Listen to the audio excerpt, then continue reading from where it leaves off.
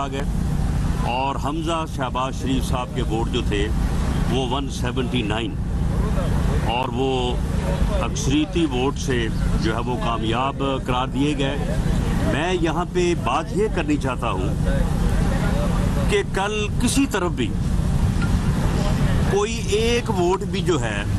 उसके ऊपर ये दावा नहीं किया गया कि जी फलां को पैसे दिए गए या फलां को पुलिस ने रोका या हुकूमत ने धौंस से धांधली से जो है वो वोट अपनी तरफ कर लिए। लेकिन आप ये देखें कि ये एक ऐसा बदबख्त टोला और एक ऐसा शख्स जो कि मुसलसल कौम को झूठ बोल के गुमराह कर रहा है, जो हर वक्त झूठ बोलता है, झूठा बयानियां जो है वो खड़ा करता है, उसके बाद उस झूठ के बाद फिर नया झूठ बोलता है, उसके बाद फिर अगला झूठ बोलता है और मुसलसल पूरी कौम को अपने झूठ से जो है वो गुमराही की तरफ ले जाना चाहता है, पूरी कौम को तकसीम और नौजवान नस्ल को गुमराह करना चाहता है। आप पिछले 3 दिन का जो है वो आप जो है वो मीडिया उठा के देख लें कि पीटीआई के सरबराह से लेके नीचे तक इन्होंने किस तरह से दुहाई दी कि जी 40 करोड़ की ऑफर हो गई है, 25 करोड़ की ऑफर हो गई है, 5 करोड़ से शुरू हुए, फलां को जी फलां जगह भेज दिया गया है, हमारे बंदे जो है वो तोड़े जा रहे हैं, पुलिस जो है वो हमारे बंदों के पीछे पड़ी हुई है, हुकूमत जो है वो ध्वंस कर रही है, हुकूमत जो है वो धांधली कर रही है। कल जो दोनों तरफ से 186 और क्यू लीग के वोट माइनस करके 176 और 179 का जो फिगर सामने आया है वो इस बात का सबूत है कि पीटीआई का ये टोला जो है अपने सरबराह से लेके नीचे तक जो है गुमराही फैलाने, झूठ बोलने और झूठा प्रोपागेंडा करने का मास्टर है और इनकी किसी बात के ऊपर यकीन नहीं करना चाहिए, किसी बात को जो है वो तस्लीम नहीं किया जाना चाहिए। हम ये कौम को ये बताना चाहते हैं, ये पूरी कौम को तकसीम करने और नौजवानों को गुमराह करने के एजेंडे पे गामजन है और इसका काम है कि हर मामले में झूठा प्रोपेगेंडा करना और झूठ बोलना। कौम जितनी जल्द इस नासूर की शनाख्त कर लेगी, इसका इदराक कर लेगी, इसका जो है वो कला कुमा करने के लिए जो अपना ज़हन बना लेगी, उतना ही जो है वो इस मुल्क और कौम का फ़ायदा है। वरना ये मुल्क को और इस कौम को इर्रिपेयरेबल नाकाबिल तलाफी नुकसान पहुँचा सकता है। कल का मामला देखें आप कि कल जो है इन्होंने सुप्रीम कोर्ट की जो रजिस्ट्री है वहाँ पे आके इन्होंने हंगामा किया, वहाँ पे दीवारें फैलांगी गई, वहाँ पे ज़बरदस्ती जो है वो दफातर में दाखिल हुआ गया। उसके बाद चाहिए तो ये था कि सुप्रीम कोर्ट रजिस्ट्री के जो वहाँ पे केयर टेकर हैं वो 2 लफ्ज़ लिख के वो हुकूमत को थाने में हमें देते ताकि इनकी गुंडागर्दी के ख़िलाफ़ जो है वो एक्शन लिया जाता। और वो लोग, वो गुंडा अनासर जिन्होंने सुप्रीम कोर्ट की रजिस्ट्री की दीवारें फैलांगी, जिन्होंने सुप्रीम कोर्ट की रजिस्ट्री के दफातर में ज़बरदस्ती जो है वो दरवाजे तोड़ के दाखिल हुए, उनके खिलाफ एक्शन लिया जाता। लेकिन ये बात इंतहाई काबिल अफसोस है कि उनकी दरख्वास्त को रिसीव करने के लिए जो है वो डिप्टी रजिस्ट्रार साहब जो है वो आगे दफ्तर खोल के बैठ गए। इसको पूरी कौम ने बड़ी तशवीश की नज़र से वो देखा है और हर कोई ये सवाल कर रहा है कि इस फितने को, इस फसाद को जो है वो इस तरह से क्यों प्रमोट किया जा रहा है। फिर हालत ये है कि डिप्टी रजिस्ट्रार साहब आके बैठ गए दरख्वास्त वसूल करने के लिए, दरख्वास्त अभी तैयार ही नहीं हुई, दरख्वास्त का जो है वो इंतज़ार हो रहा है और पता नहीं कितने घंटे जो है वो उनको दरख्वास्त का इंतज़ार करना पड़ा और उसके बाद कहीं दरख्वास्त तैयार हो के जो है वो वहाँ पे पहुँची और उस दरख्वास्त के पहले से जो है वो इंतज़ार हो रहा है। और जो उन्होंने वहाँ पे सुप्रीम कोर्ट की बिल्डिंग की जो है वो उन्होंने तौहीन की और वहाँ पे उन्होंने ट्रेसपास किया, उसके ऊपर कंप्लेंट का जो है वो अभी तक इंतज़ार है। अभी तक मुतलका थाने में या मुतलका अथॉरिटी को जो है वो कोई जो है वो कंप्लेंट जो है वो नहीं दी गई। मैं इस मरहले पे अदालत उज़्मा से और हमारे जो अदालत आलिया के मुअज़्ज़ज़ जजेस हैं, मैं एक वकील के तौर पे मैंने अपनी ज़िंदगी में यही सीखा है कि अदालत का एहतराम जो है वो मुआशरे के अमन के लिए और मुआशरे की मजबूती के लिए बड़ा ज़रूरी है। हम अदालतों का बेपनाह एहतराम करते हैं और हम चाहते हैं कि अदालतों का एहतराम हो, लेकिन ये बदबख्त इंसान जो है ये जब कोई फैसला आता है अदालतों को गालियाँ देता है, अदालतों को कहता है कि जी आपने अदालतें क्यों रात 12 बजे लगाई हैं, और उसके बाद फिर होता ये है कि इसके लिए जो है वो 12 बजे अदालतें लगना शुरू हो जाती हैं। ये अदारों को गालियाँ देता है, ये इस्टेब्लिशमेंट को जो है वो गालियाँ देता है, ये इलेक्शन जीत कर भी इलेक्शन कमीशन के ऊपर जो है वो तोहमतें लगाता है, इलेक्शन जीत कर भी जो है वो इलेक्शन कमीशन के ऊपर इल्ज़ामात लगाता है, जबकि इलेक्शन कमीशन जो है वो साल हा साल से पेंडिंग जो फॉरेन फंडिंग का केस है उसका जो है वो फैसला नहीं सुनाता। अवाम में तसर ये जाता है कि शायद इसकी गाली गलोच से, इसके इस जारहाना हद तक अमेज़ रवैये से शायद अदारों में बैठे लोग जो हैं वो इसके साथ जो है वो रायत बरत रहे हैं। मैं ये मुतालबा करता हूँ इलेक्शन कमीशन से कि फॉरेन फंडिंग केस जो है उसका फैसला जो है वो फिल फौर किया जाए और उसका फैसला जो है उसे जो है वो फिल फौर अनाउंस किया जाए और उसके मुताबिक जो है वो फिर इसके खिलाफ जो है वो एक्शन लिया जाए कि वो फैसला 2+2=4 है। फॉरेन फंडिंग जो है वो इसके खिलाफ जो है वो साबित हो चुकी है। इसी तरह से मैं चीफ जस्टिस ऑफ पाकिस्तान से भी ये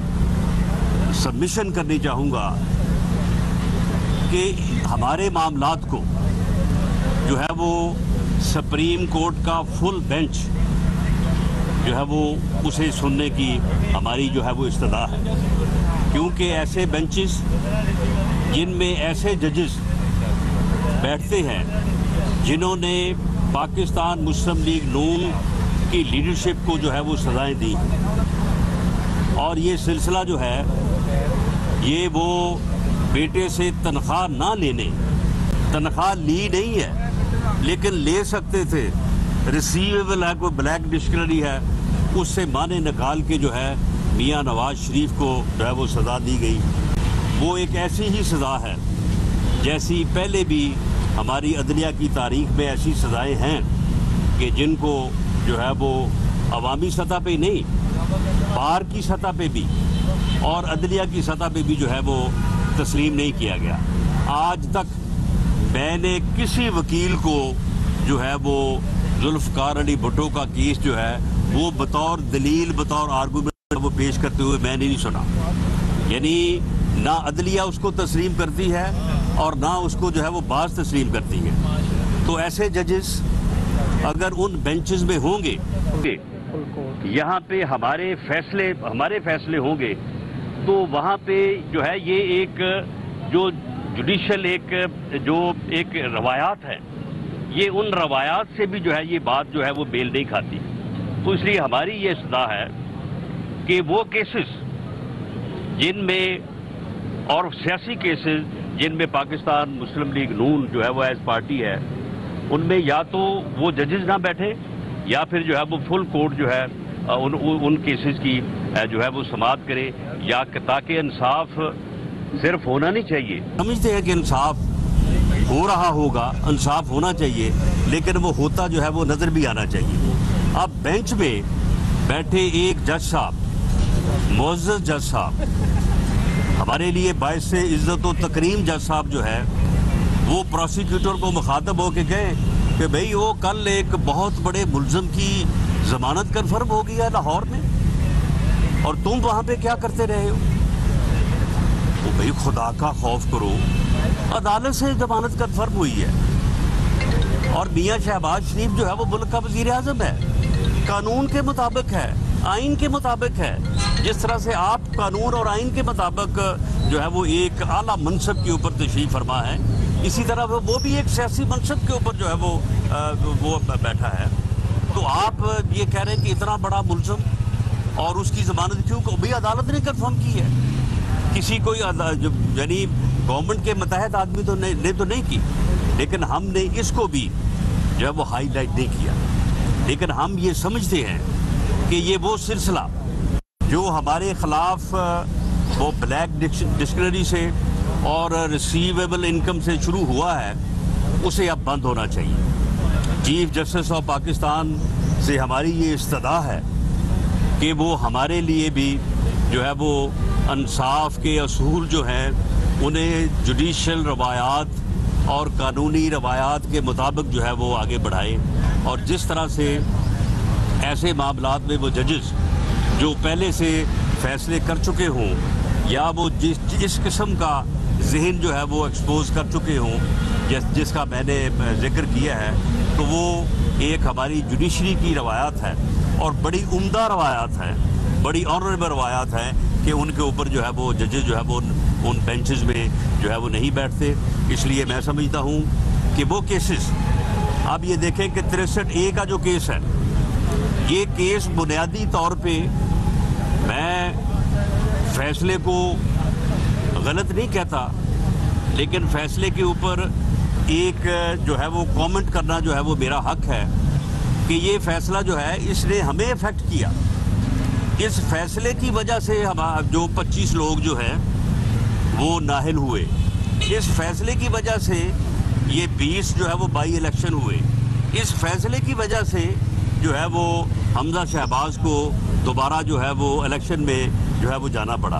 अब अगर वही फैसला अब अगर दूसरी तरफ वारद हो गया है, तो फिर अब जो है वो इनके लिए उस फैसले की और तरह से तशरीह तो नहीं की जा सकती। अब वही फैसला जो है, जब असद उमर एक ख़त लिखे और कहे कि इमरान खान की पार्टी हेड की ये डायरेक्शन है, उसको इलेक्शन कमीशन तस्लीम करे और 25 लोगों को जो है वो डी-सीट कर और उसके बाद जो है ये ज़िमनी इलेक्शन हो, तो क्या अब चौधरी शजात जो है वो पार्टी हेड नहीं है?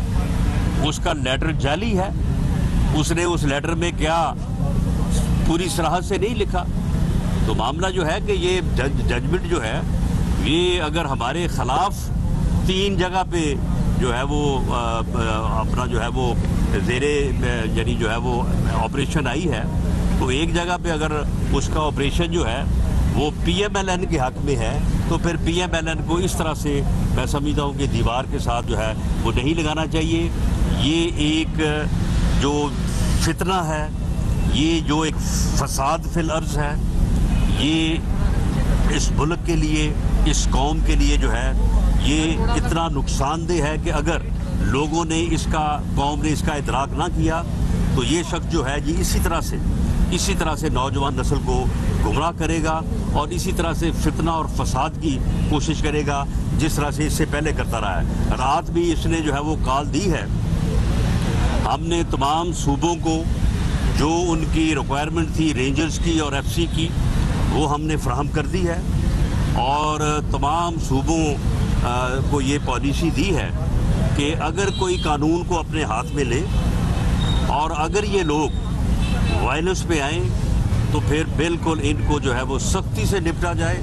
और इनको गिरफ्तार किया जाए और इनके खिलाफ मुकदमात दर्ज किए जाएं और हर मुकदमे में जो इस फितने का सरबराह है उसका वो जो है वो साथ नामजद किया जाए, ताकि इन लोगों का बेहतर तौर पे जो है वो कलाकुमा किया जा सके। एनी क्वेश्चन जी? नासिर ये बताइएगा कि कल का जो इलेक्शन था, बिलाशुबा चौधरी शुजात के खत ने पूरी की पूरी गेम बदल दी, लेकिन चौधरी शुजात के खत ने नहीं बदली, सुप्रीम कोर्ट की जजमेंट की वजह से बदली है। आप क्या समझते हैं कि कल का जो इलेक्शन था वो जमहूरी रवायात पे पूरा उतरता था? जी बिल्कुल, जमहूरी रवायात के मुताबिक कल बड़ा पुरअमन जो है वो अजलास हुआ, अजलास कंडक्ट हुआ, वोट जो है वो काउंट हुए। जिस जजमेंट की बुनियाद पे पहले 25 वोट जो है वो माइनस हुए थे, उसी हमारे तो 25 माइनस हुए थे ना, उनके तो अभी 10 हुए हैं। उसी जजमेंट के ऊपर जो है वो उनके वोट जो है वो माइनस हुए और 176 और 179 में जो है ये फैसला हुआ। और अगर उन्हें ये जोम है कि उनके पास अक्सरियत है तो वो अदम एतमाद ले हैं। अदम एतमाद किसी ने रोका तो नहीं है। राना साहब, ये काइंडली एक और सवाल का जवाब दीजिएगा कि जिस तरह से आपने जिक्र किया कि इमरान खान ये एक ऐसा फितना है जो कि नौजवानों को गुमराह कर रहे हैं, ये नासूर है इस कौम के लिए। आप क्या समझते हैं कि बाकी जो सियासी जमातें हैं वो आज अक्सरियत जो वोटर्स की है वो नौजवानों की है, तो वो नौजवानों में सराहियत बाकी पार्टीज क्यों उस तरह से नहीं कर पा रही? नहीं, देखें वो यानी ये कोशिश कर रहा है वो अपने फितने और फसाद को फैलाने के लिए। वो ये नहीं कि नौजवानों को, वो सबको जो है वो कोशिश कर रहा है वो, लेकिन क्योंकि नौजवानों में थोड़ा जो है वो समझने की सलाहियत जो है वो थोड़ा, क्योंकि नौजवान होते हैं, पुरजोश होते हैं, इसलिए तमाम जमातों को बल्कि पूरी कौम को जो है वो अपनी नौजवान नस्ल पे तवज्जो देनी चाहिए। बाकी जमातें भी दे रहे हैं, हम भी दे रहे हैं, इसलिए ये भी किसी के लिए कोई मुख्तस नहीं है। सबको चाहिए कि वो पूरी कौम को जो है वो इस बारे में जो है वो एतमाद में मिले और इस बारे में जो है वो कौम को सही सूरत हाल से। अब आप मुझे बताएं कि इन्होंने 3 दिन प्रोपेगेंडा किया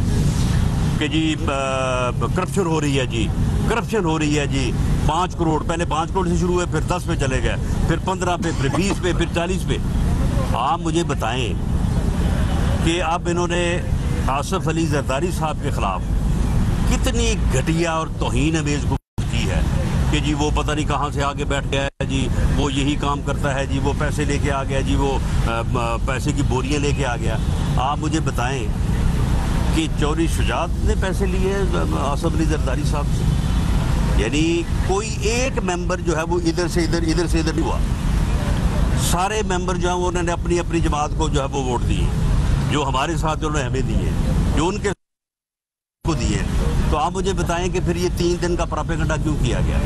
और इतना बेशर्म इंसान है और इसके साथी भी इतने बेशर्म है कि कल ये मालूम करने के बाद कि जितने वोट आप लेके गए थे उतने ही आपको पड़ गए हैं, 186, और आपके 10 माइनस हो के जिस तरह से हमारे 25 माइनस हुए थे, रिजल्ट जो है वो आपके खिलाफ आ गया। फिर वही बकवास कि जी पैसा चला है, जी पैसा चला। भाई कहाँ पैसा चला है? किसने पैसा लिया है? किसने दिया है? या तो कहो ना कि जी चौधरी शुजात ने पैसे लेके जो है वो खत लिख दिया, लेकिन कोई बात नहीं, यानी बेमानी, बेबुनियाद प्रोपेगेंडा। इसी तरह से सिंध हाउस में जी बोरियां जी आ गई हैं जी, डॉलर चल गया जी, पैसा चल गया जी, रुपए चल गए जी, करोड़ों रुपए चल गए। अब वो अदम एतमाद को हुए जो है वो तकरीबन 4 माह हो गए हैं। आप मुझे बताएं किस मेंबर के ऊपर साबित किया है उन्होंने? किसी के खिलाफ पर्चा, किसी के खिलाफ दरखास्त, किसी के खिलाफ इंक्वायरी, कोई मामला नहीं है। यानी ये महज ये प्रोपेगेंडा जो करता है कौम के जहन को आलूदा करने के लिए, इस प्रोपेगेंडे को बेनकाब करना और इससे सवाल करना कि भाई तुम ये 2 दिन 3 दिन प्रोपेगेंडा करते हो, बताओ ना अब कितने लोग जो है वो 40 करोड़ किसने लिया है, किसने दिया है? ये चौधरी शुजात ने लेटर लिखा है, उसको किसने पैसे दिए हैं, या क्या चौधरी शुजात ने पैसे लिए? तो ये चीज़ें जो है इसके ऊपर मैं समझता हूँ कि बाशऊर पाकिस्तानियों को ना सिर्फ नज़र रखनी चाहिए बल्कि उनको चाहिए कि इसको एनालाइज करें। और बाज़ लोग जो